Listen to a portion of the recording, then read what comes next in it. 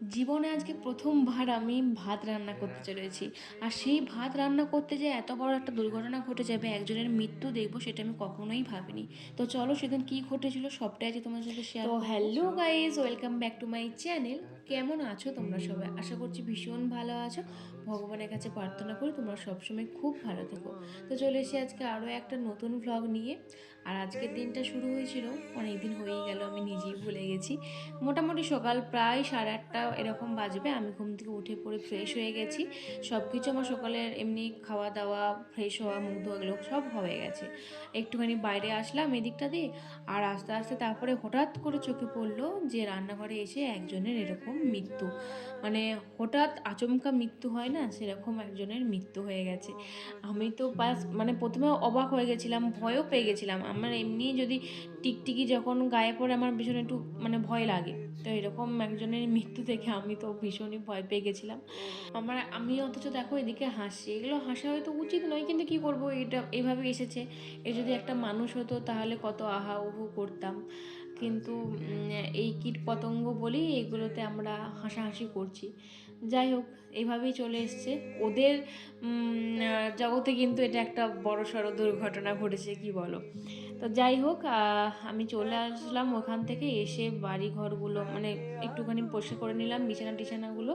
তারপরে জানলা টানলাগুলো খুলে দিলাম। তখন তো অতটা বৃষ্টি হচ্ছিল না, সেদিনে ওয়েদারটা বেশ ভালো ছিল। এই কদিন যা বৃষ্টি হচ্ছে আমার তো এত বিরক্ত লাগছে। মানে মন খারাপ কি আছে, তার দ্বিগুণ মন খারাপ ধরে যাচ্ছে। আর কিছুই ভালো লাগছে না। আজকে আমার ভয়েস দেওয়ার বা এডিট করার কোনো রকম ইচ্ছে নেই, কিছুতেই ইচ্ছে হচ্ছে না। কিন্তু তাও কি করব, করতে তো হবেই। তাই মন খারাপ নিয়েও তোমাদের সাথে বসেছি শেয়ার করব বলে। তো প্রথমে যা করার করে তো নিলামই। এসে ওই সব করলাম, তারপরে আমি থাইরয়েডের ওষুধ খেলাম। ওষুধ খাওয়ার পর তো এখন 8 ঘন্টা 1 ঘন্টা কিছু করা চলবে না, তোমরা তো সবাই জেনেই গেছো, কারণ আমি তোমাদের সাথে যখনই শেয়ার করি, আমি ডেলি ভ্লগ যেগুলো প্রত্যেক দিনের রুটিন, সেগুলো আমি তোমাদের সাথে সবটাই শেয়ার করি, কি করি না করি তোমরা জেনেই গেছো। তো প্রথমে তো ওষুধটা খেয়ে নিলাম, এরপরে 1 ঘন্টা 8 ঘন্টার মতন ব্রেক তো নিতেই হবে, কারণ কাজ করতে করতেই ব্রেক নেওয়া আমার হয়ে যাবে।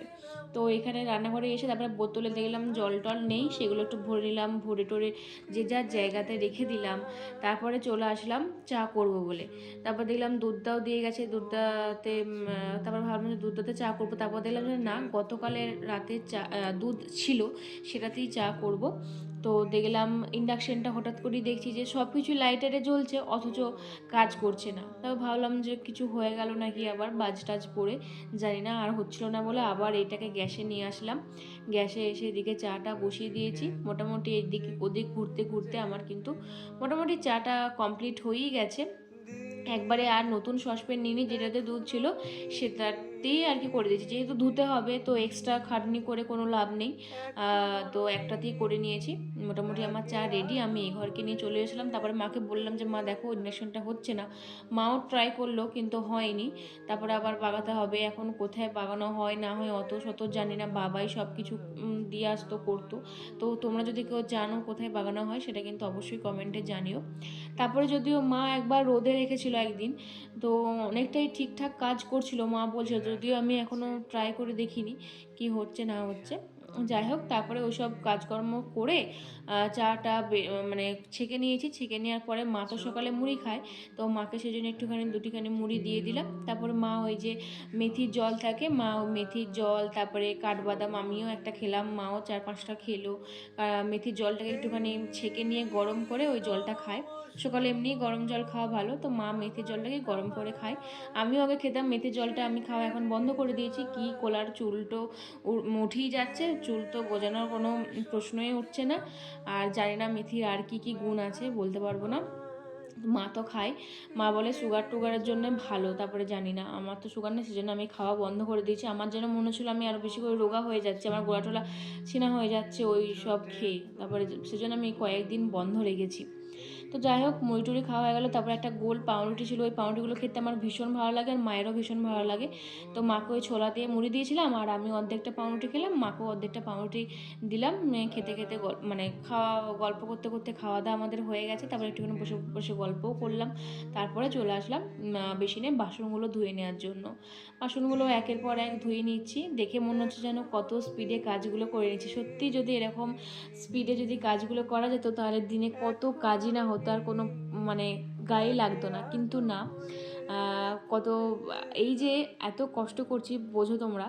মানে 1 ঘন্টার ভিডিও হয় এগুলো, আমি মানে 1 ঘন্টার ভিডিওকে 10-15 মিনিটে আনি, তাহলে বুঝতে পারছো। মোটামুটি তো আমার 40-50 মিনিটের ভিডিও হয়, মানে একভাবে ওই স্ট্যান্ডকে ধরে রাখা, বুঝতেই পারো যে কত ঘন্টার ভিডিও হয়।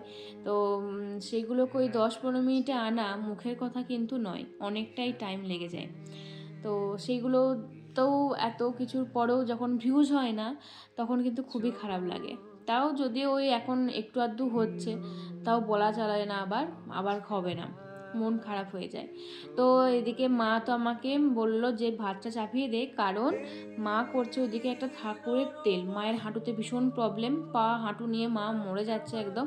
সেজন্য একটা ঠাকুর মন্দির গেছিলো, মানে যেখানে যায় আর কি, সেখানে যেয়ে একটা তেল করতে বলেছে, সেই তেলটাই মা এখন করছে। তো মা স্নান টান করে ঠাকুর পুজো করে এখন ওই তেলটা করছে, কারণ সগড়ি ছুঁয়ে দিলে আর হবে না, আবার কখন করবে না করবে, সেজন্য মা বলো তুই তাহলে আজকে ভাতটা বসিয়ে দে।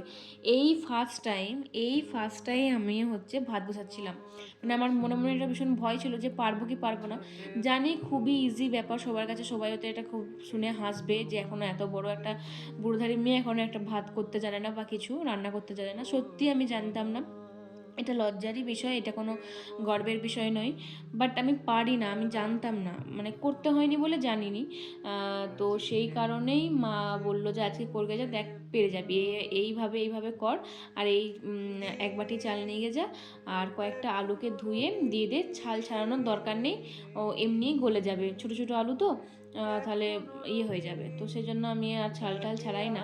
তো ওইগুলো দিয়ে দিলাম কয়েকটা আলু, আর করে মানে আমি ভয়ে ভয়ে দিলাম, তাও দেখলাম যে কোনো ব্যাপারই নয়, ইজি ব্যাপার। এটাকে নিয়ে আমি এত প্যানিক করতাম যে পারবো না এই সেই। হ্যাঁ ঠিকই, ওই ভাত ওই কি বলে গালার সময় একটু প্রবলেম হয়, ফ্যানটা যখন করবো ওইটা আমি পারবো না। তবে আমাদের তো এখন ছোটো হাঁড়ি, তো এটা না পারারও কিছু নেই, তাও আর কি প্রথম প্রথম একটু কষ্ট লাগবে। তো ওইটা মাকে বলেছে আমি পারবো না, তুমি করে নেবে। মা বলেছে ঠিক আছে তুই চাপিয়ে দে, তাহলেই হবে। তো মাও খুশি হয়ে গেছে, এই প্রথমবার আমি ভাত করেছি। মা বলছে দেখলেই তো কোনো ব্যাপারই নয়, আস্তে আস্তে সবই তো শিখতে হবে না, সবই করতে পারবি। আর রান্নাটাও মাঝে মাঝে করবি, দেখবি পেরে যাবি। আমি বলছি রান্না আমার দ্বারা হবে না, আমার মস্তিষ্ক ভীষণ শর্ট, আমি মনে রাখতেই পারবো না কি রান্না করব না করব। যে আজকে এইটা দেখবো তো কালকে ওটা ভুলে যাব কী কী দিয়েছি না দিয়েছি। তো এই ব্যাপার। তারপরে মা বললো কি যে ওয়াশিং মেশিনে জামা কাপড়গুলো দিয়েছে ওগুলো একটুখানি সুইচগুলো দিয়ে দিয়ে যা, আমি ভুলে গেছি কী করে কী করতে হয়। তো সেই কারণে মা ভীষণ চালাক, মা কিন্তু ভুলে যায়নি, মা আমাকে দিয়ে করাবে বলে এই চালগুলো চালে, আমাকে দিয়ে ভাইকে দিয়ে এসব সবই বুঝি, কিন্তু কিছু বলি না। যাই হোক, তো তারপরে আর এই দেখছো কীরকম বাইরে বাজ পড়ছে বলে এরকম শব্দ হচ্ছে। সারাদিন আজকে বৃষ্টি হচ্ছে, আমার যে কী রাগ ধরছে কী আর বলবো। তোমাদের কাদের কাদের এরকম বৃষ্টি ভালো লাগে বলো তো? আমার তো একদম ভালো লাগে না। সন্ধ্যাবেলায় হয়, রাত্রেবেলা হয়, ঠিক আছে, সকালকে থেকে যায়, আবার রোদ বেরোয়, ওইটি আমার ভালো লাগে। এরকম একভাবে বৃষ্টি নিম্নচাপ এত বাজে লাগে। বর্ষাকাল সব থেকে জঘন্য লাগে আমার গ্রীষ্মকালই ভালো লাগে। তো যাই হোক ওসব বাদ দাও, যেটা বলছিলাম, আমাদের এবারে ওয়াশিং মেশিনটা কিন্তু খুবই ইজি, আগেরটার থেকেও ইজি। আগেরটাও ইজি ছিল, এটা আবার আরও ইজি। তো একবারেতে ওই ওয়াটার লেভেল, তারপরে কত কি লাগবে না লাগবে ওটা করে দিতে হয়।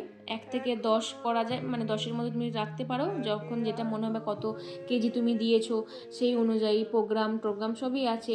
তারপরে আবার ড্রাই এয়ার আছে, মানে একবারই শুকনো হয়ে বেরিয়ে যাবে, সেরকম আছে। আর যদি রোদ উঠোতে কোনো ব্যাপারই নয়, পুরো শুকনো হয়ে বেরিয়ে যায়, একবার জাস্ট রোদে মেলে দিলেই ব্যাস সব কিছুই একদম শুকিয়ে যাবে সুন্দরভাবে। এই যে দেখো কি সুন্দরভাবে আমি এখানে মেলে দিচ্ছি, আর ক্যামেরাটা অন রেখেছিলাম, আকাশের মেঘগুলো দেখো কি সুন্দর আস্তে আস্তে করে সরে যাচ্ছে। কি ভালো লাগছে না? মনে হচ্ছে না পুজো এসে গেছে। ভীষণ আনন্দ লাগে মাঝে মাঝে আকাশের দিকে তাকালে। আবার কখনো কখনো মন খারাপও লাগে, বাবার জন্য মন খারাপ হয় যে এই পুজোটা এলে 2 বছর হয়ে যাবে বাবাকে ছাড়া আমরা পুজো কাটাবো। মানে এরকমই অনেক কিছু ভাবনা চিন্তা থাকে মাথার মধ্যে, যে মন টন মাঝে মাঝে খারাপ হয়ে যায়, কত কিছু যে চিন্তা করি তার নেই ঠিক। তো যাই হোক, ছাদে তো মিলে টিলে দিয়ে চলে আসলাম। মোটামুটি 1 ঘন্টা টাইম, 40 মিনিটের মতো টাইম লেগেছিলো কাচতে। তারপরে মিলে টিলে দিয়ে চলে আসলাম। এসে ভীষণই আলা হয়ে গেছিলাম, কারণ একভাবে হয়েই যাচ্ছে সকাল থেকে। তারপরে ঝাঁট ফাট দিলাম, একবারও বসিনি, এক নাগাড়ে করে যাচ্ছিলাম যাতে একবার স্নান টান করে বসতে পারি। এদিকে তো মায়ের আজকে রান্না হয়েই গেছিলো, তোমাদেরকেও দেখালাম যে আজকে ছাতুর ঝাল হচ্ছে, ছাতু রেখেছিল সেজন্য। আর সেদিনকে বৃহস্পতিবার ছিল মনে হয়, আমার ঠিক মনে পড়ছে না, কারণ এগুলো কিন্তু পেঁয়াজ রসুন দিয়ে হয়নি। মায়ের জন্য পটল ভাজা হয়েছে, ভাই ওই আলু ঝিঙে টমেটো দিয়ে ছাতু খাবে না বলে ভাইয়ের জন্য এমনি চটপটা একটা ছাতুর ঝাল হয়েছে, যেটা দিয়েও খেতে ভালোবাসে। আর আমি এরকম ঝিঙে বেগুন এগুলো দিয়েও ভীষণ ভালোবাসি, সেই জন্য মাকে বললাম 2 রকমই করবে, 2 রকমভাবেই খাওয়া যাবে। আর একটুখানি তেলটা ছিল, সেই তেলটাও আমি নিয়েছি। আর উচ্ছে আলু ভাতে মাখা হয়েছে, তো ওটা দিয়ে আজকে সুন্দরভাবে খেয়ে নিলাম। মানে এক নাগাড়ে কাজ করে গেছিলাম, কাজ করে একদম স্নান টান করে ফ্রেশ হয়ে খাওয়া দাওয়া করে নিয়েছিলাম। এরপর একটু শান্তি মতন বিছানাতে বসে বসে তোমাদের সাথে আমার ভিডিও পোস্ট করতে আসবো, সেই সময় চলে গেল কারেন্টটি। আর তখন তো ইনভার্টার ছিল না, জানোই, বাজে পুড়ে গেছিলো। তো 5-4 দিন যে কী অসুবিধায় পড়েছিলাম যে কি বলবো, কারেন্ট ছিল মানে ওয়াইফাইটাও চলে গেছিলো। এই কারণেই জানলার ধারে এসে বসা তোমাদের সাথে ভিডিও পোস্ট করবো বলে। তো যাই হোক, এরপরে হচ্ছে এক ঘুম দেবো, ভাত ঘুম যেটাকে বলে। পোস্ট তো আমার হয়ে গেছে, আর আজকের ভিডিওটা এখানেই শেষ করলাম। কেমন লাগলো তোমরা অবশ্যই জানিও, ভালো লাগলে অবশ্যই লাইক কমেন্ট শেয়ার করতে একদম ভুলবে না। দেখা হচ্ছে পরের ব্লগে খুব তাড়াতাড়ি, ততক্ষণ ভালো থাকবে, সুস্থ থাকবে। আর পেজের মধ্যে প্লিজ প্লিজ পেজটাকে আমার পাশে দেখো। বাই।